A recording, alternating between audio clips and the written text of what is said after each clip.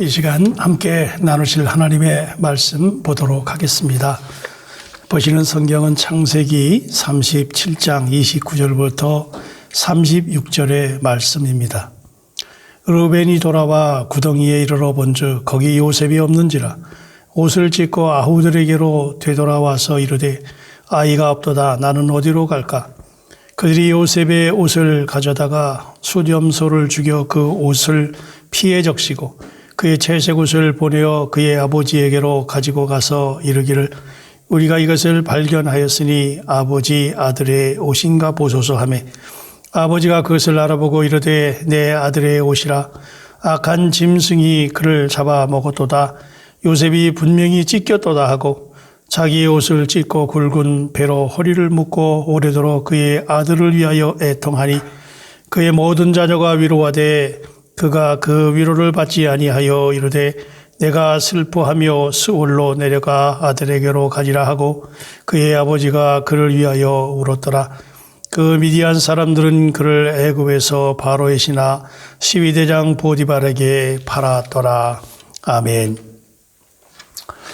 우리는 성경을 볼 때 그 성경을 읽으면서 그 책의 주제와 목적을 이해하려고 합니다.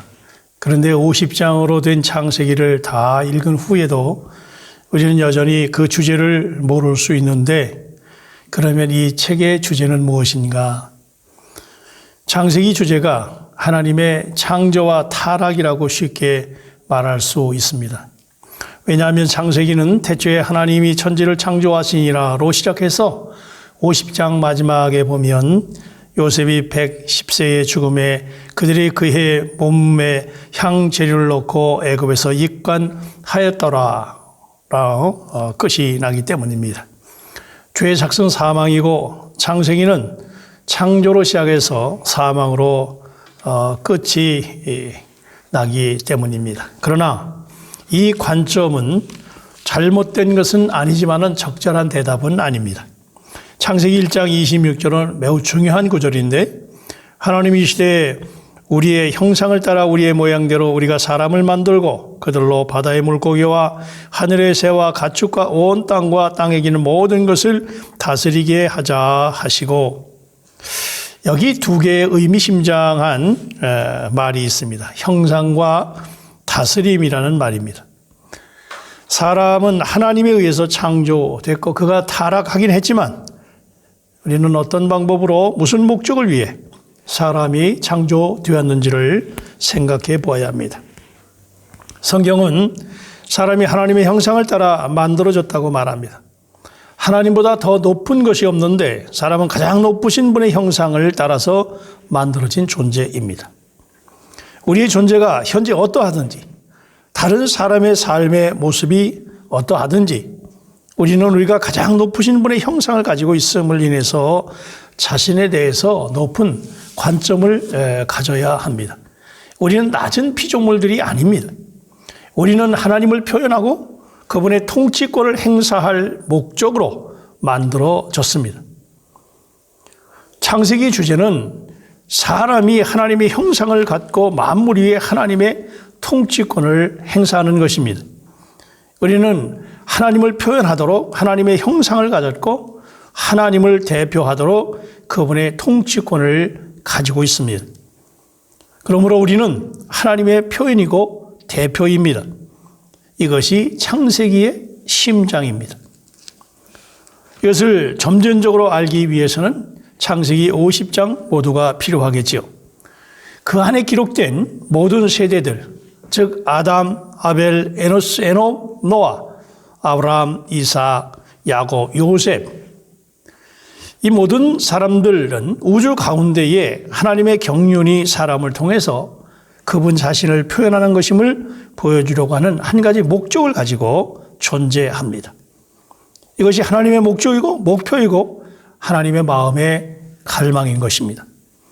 그러나 아담이나 아벨에게서나 에노스 안에서 우리는 하나님의 표현이나 통치권을 거의 보지 못합니다. 에녹은 하나님과 동행했지만 그 안에서 하나님의 표현을 조금 볼 뿐 하나님의 통치권을 전혀 볼 수가 없습니다. 노아에게서 하나님의 표현과 통치권을 약간 보기는 하지만 그것은 명백하거나 분명하지 않습니다. 아브라함 안에서 노아에게서보다 더 적게 하나님의 표현과 통치권을 볼 수 있습니다. 많은 그리스도인들은 아브라함을 지나치게 높이 평가하지만 그는 단지 그리스도에 관한 교리의 첫 단계에 있었을 뿐입니다. 아브라함은 바로 그리스도에 관한 교리의 시작인 칭의에 대한 믿음의 조상이었습니다. 더 나아가서 이삭 안에서 하나님의 표현과 통치권은 거의 볼 수 없습니다. 그의 아버지로부터 모든 것을 물려받은 사람인 이삭은 단지 먹는 것만 관심했습니다. 자기가 좋아하는 음식을 가져오자 이삭은 눈이 먼 채로 축복 기도를 하였다고 성경은 기록을 합니다. 그런데 야곱 안에서 우리는 하나님의 표현을 봅니다. 창세기 마지막 5장에서 하나님의 표현과 하나님의 통치를 매우 많이 봅니다.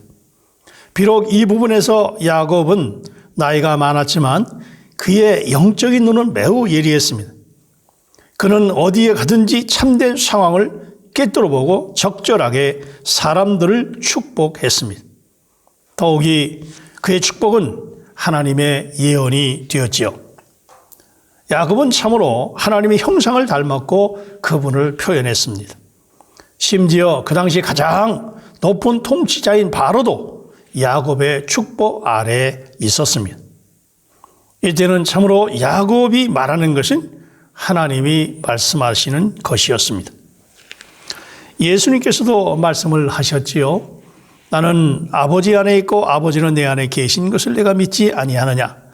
내가 너희에게 이르는 말이 스스로 하는 것이 아니라 아버지께서 내 안에 계셔서 그 일을 하시는 것이라. 나를 사랑하지 아니하는 자는 내 말을 지키지 아니하나니 너희의 듣는 말은 내 말이 아니요 나를 보내신 아버지의 말씀이라고 말씀하셨지요.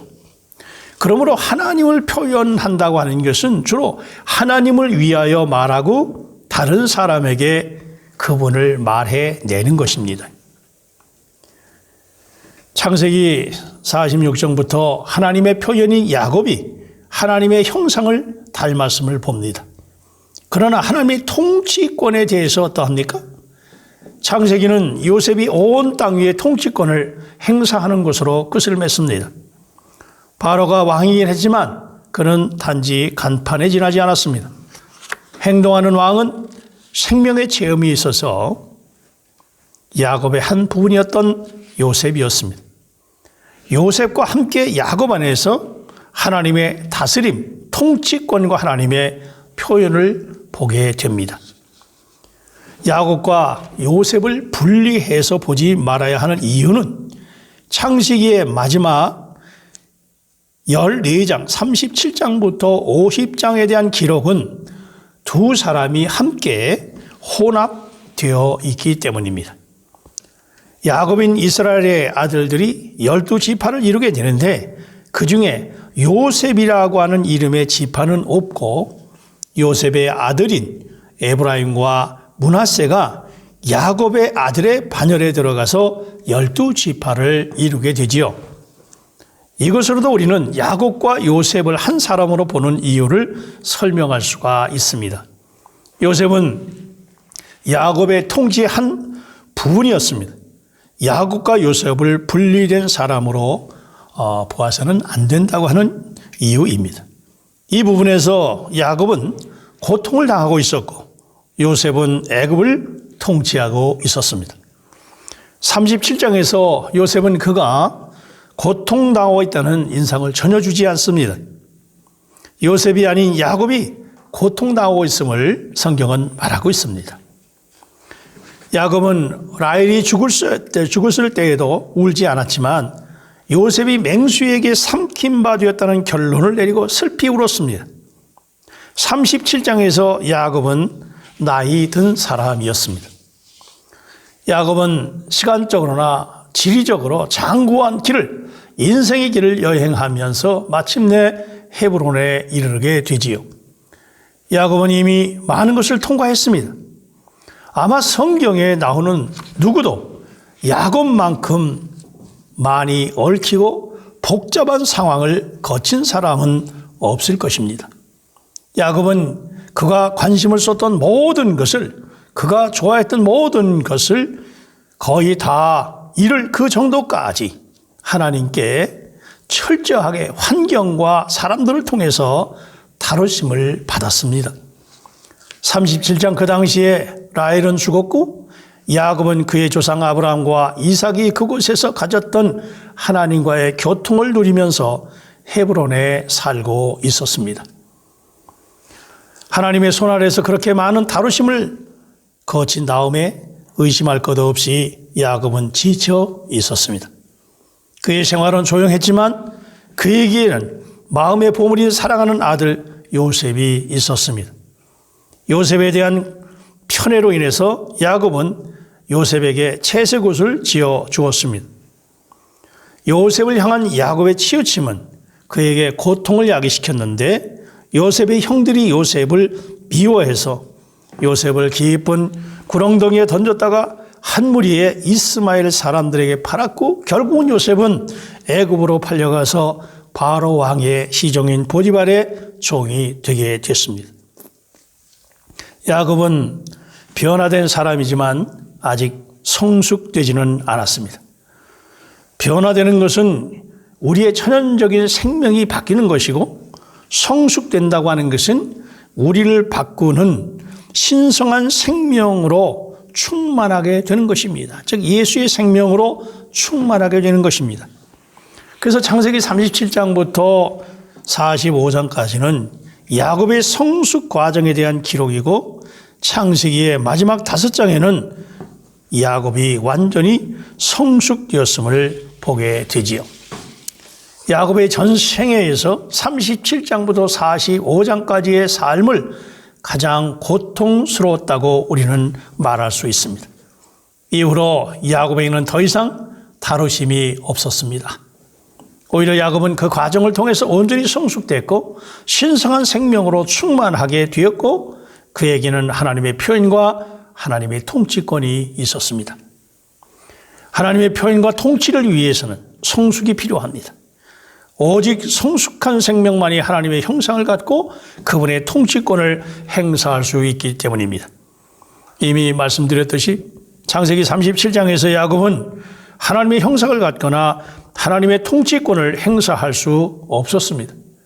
그는 변화되기는 하였지만 아직 성숙되지는 않았다는 말입니다. 요셉을 향한 그의 치우침은 그가 성숙하지 않았음을 증명합니다. 아들들에 대한 이러한 편애는 하나의 약점이었습니다. 그러므로 하나님은 야곱이 성숙될 수 있도록 그를 주관적으로 그분의 손 아래에 두셨습니다. 성숙되기 위해서 야곱은 먼저 그의 마음의 보물인 요셉을 잃는 고통을 당해야 했습니다. 요셉이 17세가 됐을 때 아버지는 요셉을 편애했고 요셉이 2번이나 형들과 부모님까지 자기에게 절하는 꿈을 꾸었다고 말하지요. 성품이 그리 좋지 못했던 형들은 요셉을 미워하게 됩니다. 어느 날 요셉의 형들은 세겜에 있는 아버지의 양떼를 치러 갔고 하나님은 이 상황을 통해서 요셉을 야곱에게서 떼어내려 하셨던 것입니다. 그리고 야곱은 아들들의 안부가 궁금해서 요셉을 형들에게 보내게 되지요. 한편 요셉과 요셉이 자기에게 오고 있다는 것을 본 형들은 요셉을 죽이고 아버지에게 그 일에 대해 속이기로 함께 음모를 꾸미게 되지요. 그때 맏형인 루벤은 그들의 손에서 요셉을 구출해서 아버지에게로 돌려보내려고 요셉을 그냥 구덩이에 던지고 손을 그에게 대지 말자고 제안을 합니다. 그렇게 요셉은 구덩이에 던져졌는데 한 무리의 이스마엘 사람들이 가는 것을 본 유다는 르후벤이 없는 틈을 타서 요셉을 죽이는 대신 그를 이스마엘 사람들에게 팔자고 제안을 합니다. 그렇게 해서 요셉은 미디안 출신의 이스마엘 사람들에게 팔려갔고 결국은 애굽 왕 바로의 시종 보디발의 집에서 종으로 다시 팔리게 되지요. 하나님은 모든 것을 다스리는 주권자이십니다. 하나님은 당신의 목적을 성취하기 위해서 요셉을 미워하는 형들의 마음과 이스마엘의 상인들과 보디발을 주관적으로 사용하셔서 요셉을 야곱에게서 떼어내셨습니다. 언뜻 보기에는 우연의 일치인 것 같지만 이 모든 사건 속에 역사된 하나님의 주권을 통해서 야곱은 그 마음의 보물을 잃었습니다. 라헬의 죽음 이후에 야곱의 마음은 온통 요셉에게 있었지만 어느 날 갑자기 너무나 놀랍게도 야곱은 요셉을 강탈당했습니다. 야곱의 아들들은 요셉이 악한 짐승에게 잡아 맡긴 것처럼 속여서 아버지에게 말했고, 야곱은 이 소식을 들을 때 자기 옷을 찢고 굵은 매로 허리를 묶고 오래도록 그의 아들을 위해 애통했습니다. 야곱의 아들들은 그를 위로하기 애썼지만 그는 위로받기를 거절했습니다. 내가 슬퍼하여 스올에 내려가 아들에게로 가리라고 말할 정도로 완전히 낙담하였던 것입니다. 야곱은 마지막까지 붙잡고 있었던 그 마음의 보물을 잃은 것입니다. 원칙상 조만간 우리 모두도 이러한 다루심을 통과하게 될 것입니다. 그러나 우리에게는 37장이 있을 뿐만 아니라 영광스러운 결과를 보는 47장이 있음으로 인해 주님을 찬양합니다. 37장은 단지 좁은 지하도에 지나지 않습니다. 야곱은 성숙할 수 있도록 이 좁은 지하도를 걸어야 했고 그의 마음을 깊이 만지는 고통을 체험해야 했습니다.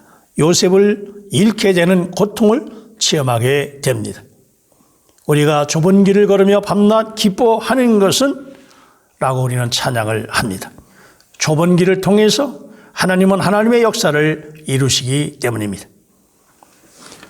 요셉을 잃었다고 생각했지만 그러나 결국은 요셉은 잃은 바 되지 않았습니다. 하나님은 애굽에서 그를 지키고 계셨습니다. 요셉이 애굽으로 인도된 것은 마치 고등학교를 졸업하고 대학에 입학하는 것과 같습니다. 애굽에서 요셉은 그의 더 높은 교육 왕권을 위해서 그를 예비시킬 교육을 받고 있었던 것입니다. 물론 야곱은 이것을 알지 못했고 요셉이 이미 짐승에게 삼킨 바 되었다고 생각했지만 하나님의 눈에 요셉은 왕권을 위해서 예비되고 있었다는 말입니다. 마음의 보물을 잃으셨습니까? 하나님은 더 큰 은혜를, 왕권을, 즉 놀라운 축복을 준비하고 계십니다. 성숙한 자로서 참 이스라엘로 어떤 상황 속에서도 평안한 삶을 살 수 있는 자로 우리를 세우고 계십니다. 고통스러운 이름, 다루심을 통해서 우리를 성숙한 자, 참 이스라엘로 세우시고 계시는 하나님의 손길을 바라보면서 우리의 어떤 삶 속에 이런 이름과 고통이 있다 할지라도 오직 하나님을 믿는 그 믿음, 그리고 하나님의 다루심을 통해서 나를 성숙한 자로 이끄시는 이 하나님의 손길을 바라보면서 어떤 환경 속에서도 날마다 이기고 승리하는 저와 여러분이 되시기를 주의 이름으로 축원합니다. 기도합니다. 하나님 감사합니다. 때로는 우리의 마음의 보물을 잃고 고통스러워 괴로워할 때가 있습니다. 하나님, 그러나 이런 다rum을 통하여서 마지막 내가 붙들고 있는 사랑하는 것 또한 의지하고 있는 것을 아버지 하나님 분리시킴으로 나를 성숙한 자로 세우고 있음으로 인하여 감사하는, 그리하여 하나님의 주권을 온전히 인정하며 나아가는 우리의 삶이 될 수 있도록 하나님이여 축복하시고 인도하여 주옵소서. 이 어려운 세대를 살아가고 있습니다.